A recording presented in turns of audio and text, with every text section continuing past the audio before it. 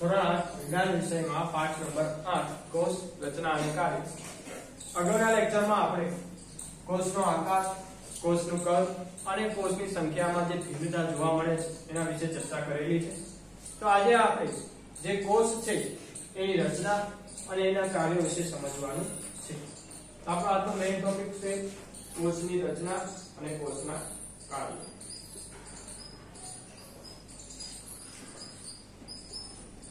બીજું આજે સમજીશું આપણે કોષના કાર્ય. તો સૌપ્રથમ જોઈએ કોષની રચના. તો કોષની રચનામાં તમે જુઓ તો કોષની રચના માટે મુખ્ય એના કોષના જે ભાગ છે એની ચર્ચા આપણે કરવાની છે કે કોષના મુખ્ય ભાગ કેટલા. તો કોષના મુખ્ય ભાગ, તો પાઠની શરૂઆતમાં જ આપણે જોયેલું કે કોષના મુખ્ય ભાગની વાત કરીએ તો સૌપ્રથમ આવે કોષ, રસ, પટલ, ત્યારબાદ કોષ કેન્દ્ર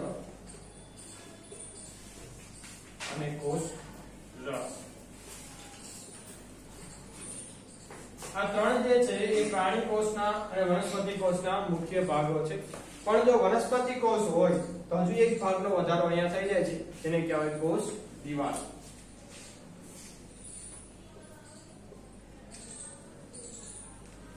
આમ કોષના મુખ્ય ભાગો ચાર છે: કોષ રસ પટલ, કોષ કેન્દ્ર, કોષ રસ અને કોષ દિવાલ.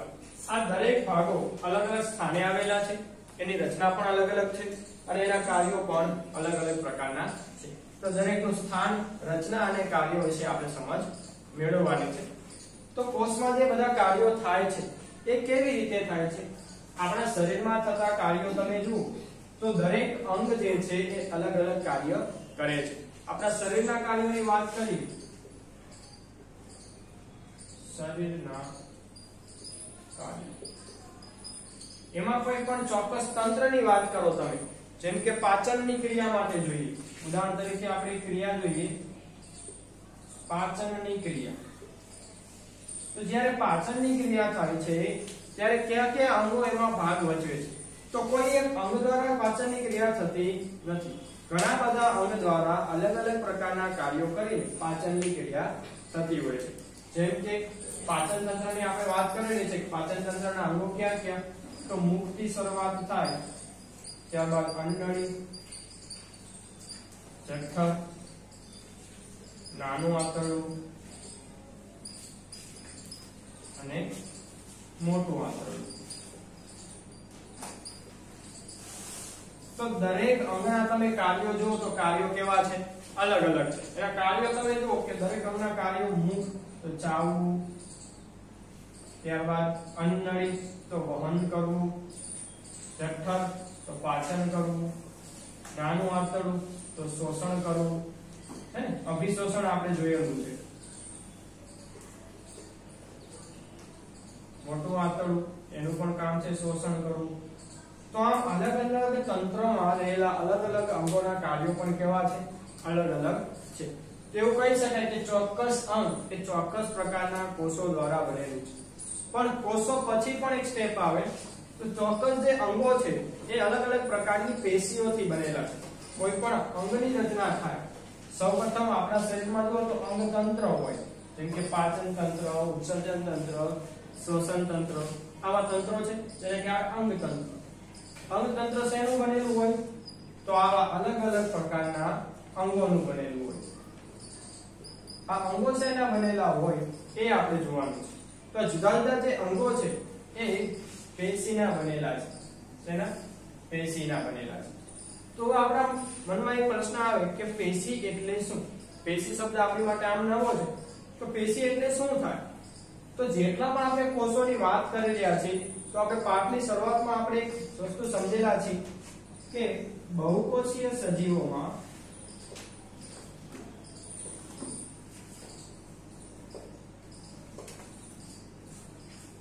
અલગ અલગ પ્રકારના કોષોના કાર્યો વિશિષ્ટ હોય છે.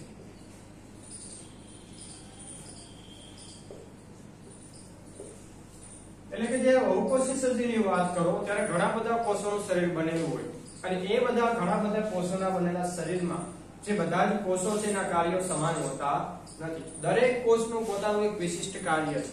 જેમ કે મુખમાં જે કોષ રહેલા હોય એના કાર્યો અલગ હોય, જઠરમાં જે કોષ રહેલા હોય એના કાર્યો પણ અલગ હોય. આપણે બીજા બે ત્રણ કોષની વાત કરી છે, રક્ત કોષ છે, ચેતાકોષ છે અને રેખિત સ્નાયુ કોષ છે. તો દરેકના કાર્યો કેવા છે? વિશિષ્ટ છે, પોતપોતાની રીતે અલગ અલગ કાર્યો કરે છે. તો આવા જે વિશિષ્ટ કાર્યો કરતા કોષોનો સમૂહ હોય એના દ્વારા કોઈ એક પેશી બને છે. તો પેશીની વ્યાખ્યા લખવી એટલે આપણે લખી શકાય કે પેશી એટલે શું? તો વિશિષ્ટ કાર્યો કરતા કોષોના સમૂહને પેશી કહે છે. પેશી કોને કહેવાય? કે જે વિશિષ્ટ કાર્યો કરે છે એ કાર્યો કરતા કોષોના સમૂહને શું કહેવામાં આવે છે? પેશી કહે છે.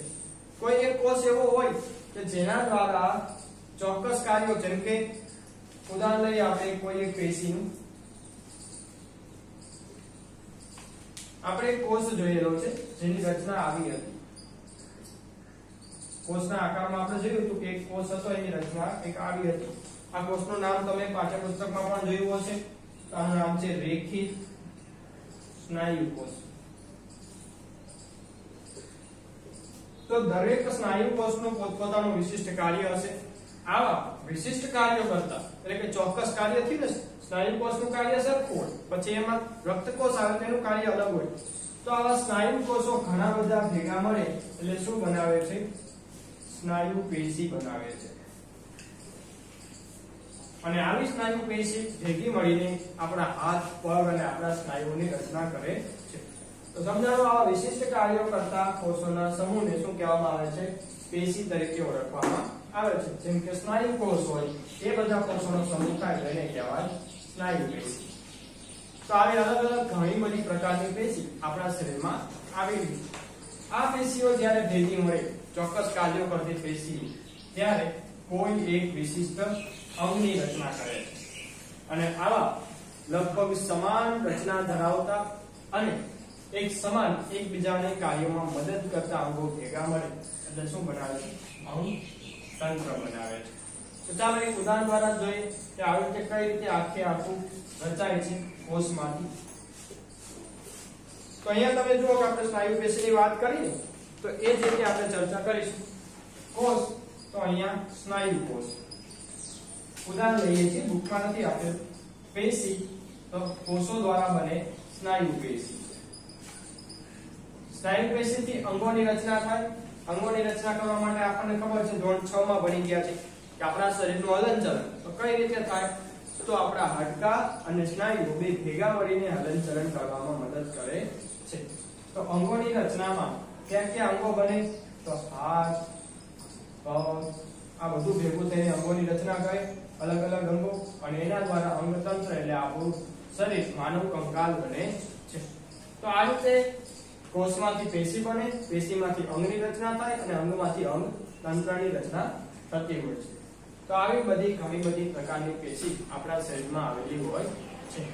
તો હવે આપણે આગળનો જે પોઈન્ટ છે કે કોષના મુખ્ય ભાગ, એનું સ્થાન, એની રચના અને એના કાર્યો, એના વિશે અભ્યાસ કરીશું.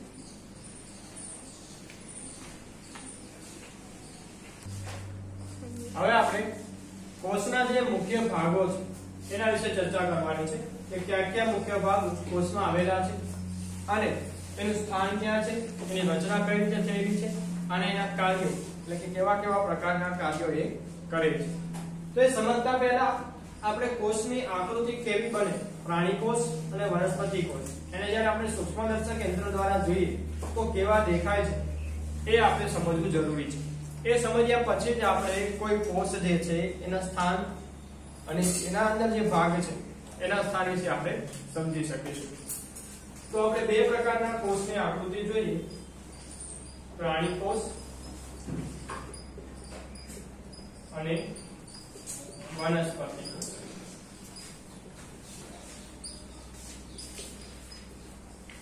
પ્રાણી કોષ અને વનસ્પતિ કોષમાં થોડી ભિન્નતા છે, તો આપણે બંને કોષ વિશે સમજીશું. અત્યારે આપણે પ્રાણી કોષ તરીકે ડુંગળીના કોષને લઈએ, એટલે કે ડુંગળીનો કોષ કેવો દેખાય છે એની આકૃતિ આપણે અહીંયા જોઈએ.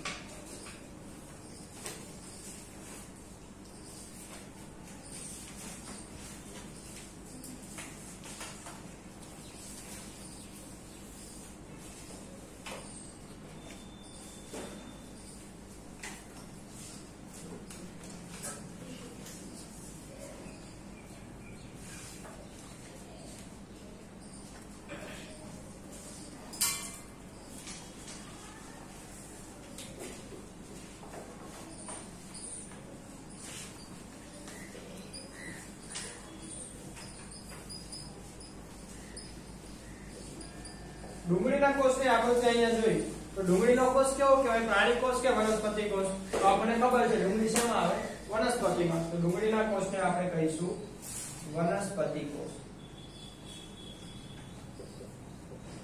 તો ડુંગળીના કોષની આકૃતિ સૂક્ષ્મદર્શક યંત્રમાં જોતા કંઈક આપણને આવી જોવા મળે છે, જેમાં આપણને આજુબાજુ આવી રીતે દિવાલો જોવા મળે છે અને વચ્ચેના ભાગમાં ટપકા જેવી રચના જોવા મળે છે.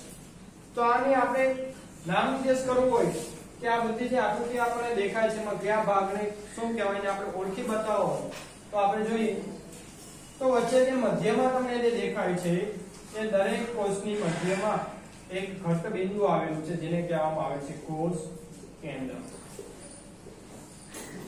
દરેક કોષની આજુબાજુ એક દિવાલથી આવરણ આવેલું છે જેને કહેવામાં આવે છે કોષ રસ પટલ.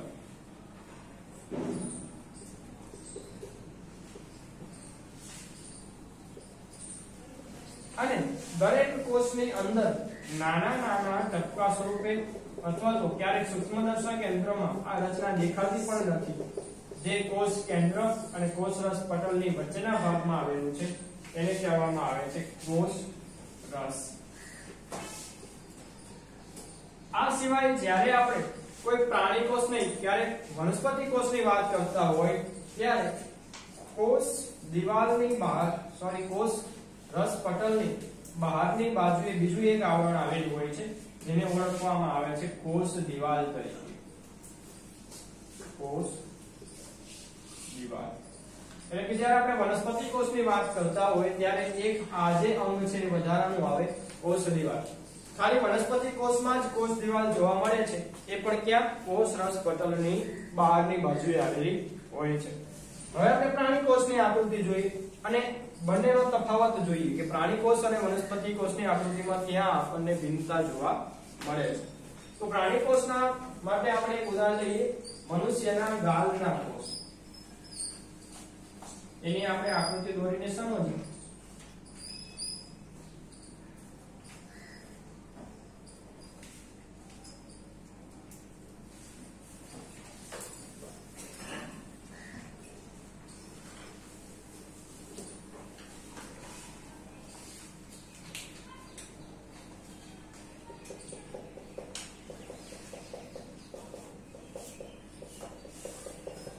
આ જે આકૃતિ છે એ મનુષ્યના ગાલના કોષની આકૃતિ છે.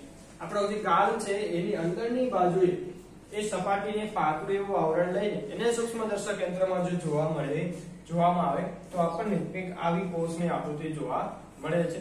ચાલો આપણે આના ભાગોને પણ ઓળખી બતાવીએ કે આના ભાગો ક્યાં ક્યાં છે. તો સૌથી બહારની બાજુએ જે દિવાલ જોવા મળે છે એને કહેવામાં આવે છે કોષ રસ પટલ. એટલું યાદ રાખવાનું કે પ્રાણી કોષ જ્યારે હોય ત્યારે એમાં કોષ દિવાલ હોય નહીં. અંદરની બાજુએ જે ઘટ બિંદુ જોવા મળે એને કહેવાય કોષ કેન્દ્ર. અને કોષ કેન્દ્ર અને કોષ રસ પટલની વચ્ચે જે દ્રવ્ય છે એને કહેવાય કોષ રસ. તો પ્રાણી કોષના મુખ્ય ભાગો 3 છે, કોષ રસ પટલ, કોષ રસ અને કોષ કેન્દ્ર. જ્યારે વનસ્પતિ કોષની વાત કરો ત્યારે 4 ભાગ જોઈશું આપણે, કોષ દિવાલ, કોષ કેન્દ્ર, કોષ રસ અને કોષ રસ પટલ. તો આ બધા જે અંગો છે એના વિશે આપણે ચર્ચા કરવાની છે. તેના સ્થાન કઈ જગ્યાએ હોય, પ્રાણી કોષમાં કઈ જગ્યાએ, વનસ્પતિ કોષમાં કઈ જગ્યાએ, એની રચના કેવી છે અને એનું કાર્ય, કે કોષમાં પોતાના કેવા કેવા કાર્યો કરે છે. તો શરૂઆત આપણે કરીએ કોષ રસ પટલથી. આ જે આકૃતિ છે એ ગાલના કોષની છે. ગાલના કોષ છે એટલે આને કેવો કોષ કહેવાય? પ્રાણી કોષ. હવે આપણે અલગ અલગ અંગોનું સ્થાન, રચના અને કાર્યો સમજીશું. તો શરૂઆત આપણે કરીએ નંબર 1, કોષ, રસ, પટલ. સ્થાન, રચના અને કાર્ય. તો સૌપ્રથમ આપણે જોઈએ એનું સ્થાન.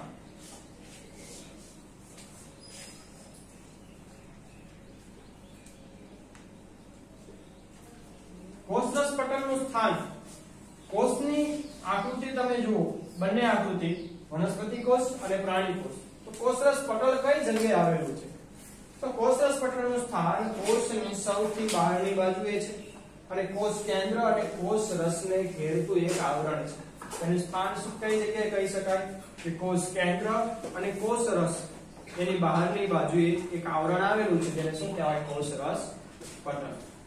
તો સ્થાનમાં આપણે લખી શકીએ કે કોષ કેન્દ્ર અને કોષ રસને ઘેરતું આવરણ ક્યાં આવેલું છે? કોષની સૌથી બહારની બાજુએ. એની રચના જોઈએ. તેની કેવી રચના છે? સ્થાન પછી આવે રચના. કોષ, રસ, પટલ છે એ એકદમ પાતળું આવરણ છે, પાતળા પડદા સ્વરૂપે હોય છે અને એ છિદ્રાળુ આવરણ હોય છે. કેવું હોય છે? છિદ્રાળુ. એમાં નાના નાના છિદ્રો આવેલા હોય છે, જે નરી આંખે ન જોઈ શકાય, પણ એ છિદ્રાળુ આવરણ હોય છે. તેની રચનામાં આપણે લખી શકાય કે કોષ, રસ, પટલ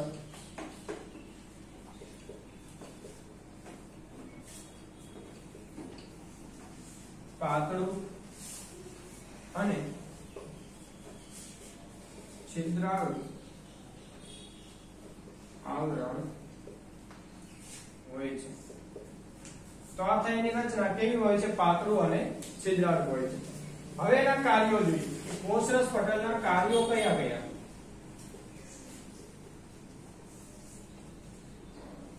તો કાર્યની વાત કરીએ તો પહેલું જ કાર્ય છે કે કોઈ પણ કોષ છે એને બીજા કોષથી અલગ કરવું. બીજા કોષથી અલગ કરવાનું કાર્ય કરે છે ને. તમે જો કે કોષ, રસ, પટલ એ દરેક કોષની ફરતી બાજુએ આવેલું હોય. તો એક કોષને બીજા કોષના આવરણથી અલગ કરે છે. તો પહેલું જ કાર્ય આપણે લખી. એક કોષને બીજા કોષના રસોથી અલગ રાખે છે.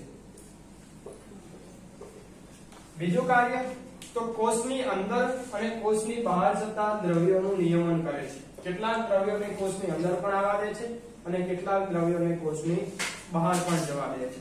એટલે જે વહનનું કાર્ય છે, પરિવહન, દ્રવ્યોનું જે પરિવહન છે એનું કાર્ય પણ કોષ, રસ, પટલ દ્વારા જ થાય છે. તો બીજું કાર્ય લખી. દ્રવ્યોના પરિવહનનું કાર્ય.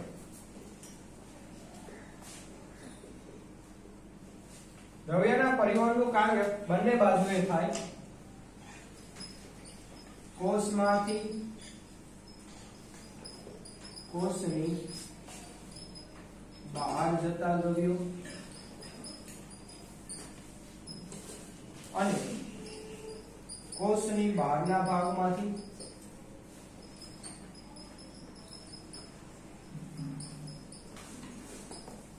કોષમાં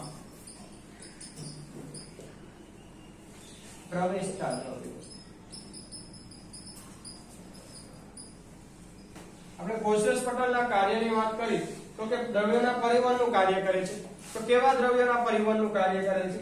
એવા દ્રવ્યો કે જે કોષમાંથી કોષની બહાર જતા હોય અને બીજા એવા દ્રવ્યો કે જે કોષની બહારના ભાગમાંથી કોષની અંદર આવતા હોય.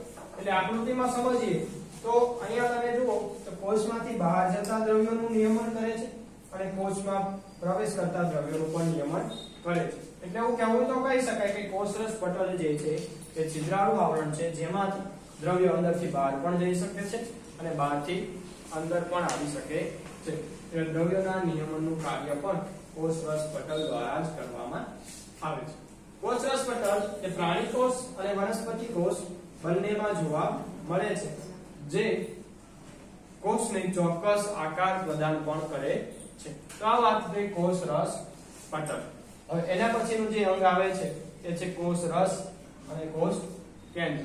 પણ એની પહેલા આપણે જે વનસ્પતિ કોષમાં કોષ રસ પટલ થી પણ ઉપર જે નવો ભાગ છે કોષ દિવાલ, એના વિશે ચર્ચા કરી લઈશું.